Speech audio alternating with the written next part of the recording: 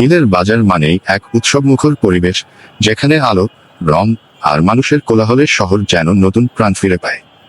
এটি শুধু কেনাকাটার জায়গা নয়, এটি এক আবেগ, এক সংস্কৃতি, এক বন্ধন। এই গল্পে আমরা শহরের ঈদের জমজমাট বাজারের এক দিনের চিত্র তুলে ধরব, যেখানে বিভিন্ন চরিত্রের গল্প এক সূত্রে গাঁথা থাকবে। শহরের ঈদের জমজমাট বাজার। প্রথম প্রহর, বাজারের ঘুম ভাঙা। রাত পোহানোর আগেই বাজারের কিছু দোকানদার চলে আসে। ঈদের আগের দিন হওয়ায় আজ তাদের ব্যস্ততা আরো বেশি।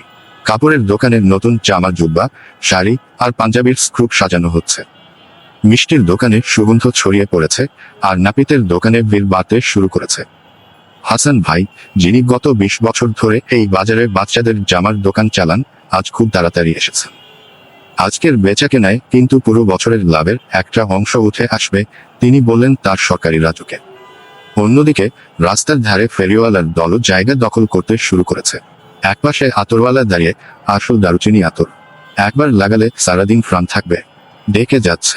বাজারের প্রাণচাঞ্চল্য। বেলা বাড়ার সঙ্গে সঙ্গে বাজারও জমে উঠল। মা বাবারা তাদের ছোট্ট ছেলে মেয়েদের নতুন জামা পরিয়ে আয়নার সামনে দাঁড় করাচ্ছেন, আর বাচ্চাদের খুশির সীমা নেই। কোথাও দর্জির দোকানে শেষ মুহূর্তের মাপজোক চলছে। ভাই, ঈদের দিন নতুন পাঞ্জাবি না হলে কি চলে? এক খদ্দের অনুরোধ করলেন। দর্জি সেলিম চশমার ফাঁক দিয়ে তাকিয়ে বললেন, আসরের আগেই দিয়ে দে ভাই। বাজারের মাঝখানে রয়েছে খাবারের দোকান। হালিম, গরুর রেজালা, স্বামী কাবাব, সবকিছুতেই মানুষের লোভাতুর দৃষ্টি। শাহ আলম কাকা এক প্লেট হালিম নিয়ে দাঁড়িয়ে বললেন, ঈদের আগে হালিম না খেলে ঈদের স্বাদ জমে না। শপিং নিয়ে ছোটখাটো ঝামেলা। এক দোকানের দামাদামি চলছে। সুমি আপা একটা শাড়ি পছন্দ করেছেন, কিন্তু দামে একটু বেশি। ভাই, আর একটু কমান, আমরা তো নিয়মিত কাস্টমার। দোকানদার হাসি মুখে বললেন, আপা, ঈদের বাজারে ছাড় দিতে পারবো না, তবে একটা ভালো ওড়না ফ্রি দিয়ে দিচ্ছি। আরেকদিকে রমিজের বাচ্চা একটা খেলনা গাড়ি চাচ্ছে, কিন্তু সে এত জেদ ধরেছে যে বাবা তাকে সামলাতে পারছেন না।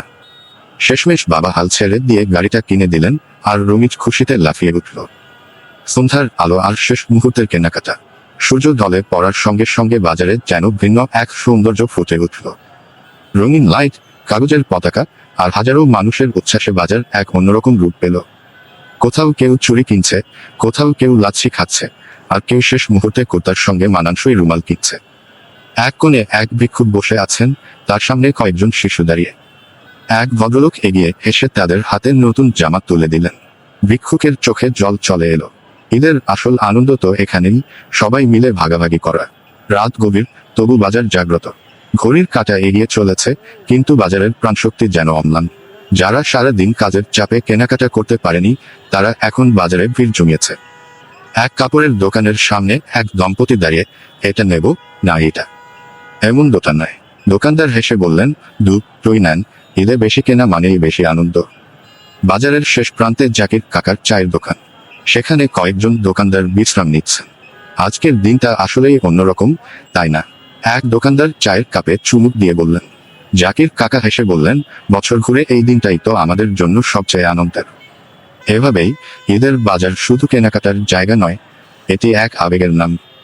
আলো, শব্দ, ভালোবাসা আর উদযাপনের ভরা এই বাজার আসলে শহরের মানুষের ঈদের প্রস্তুতির সবচেয়ে বড় অংশ।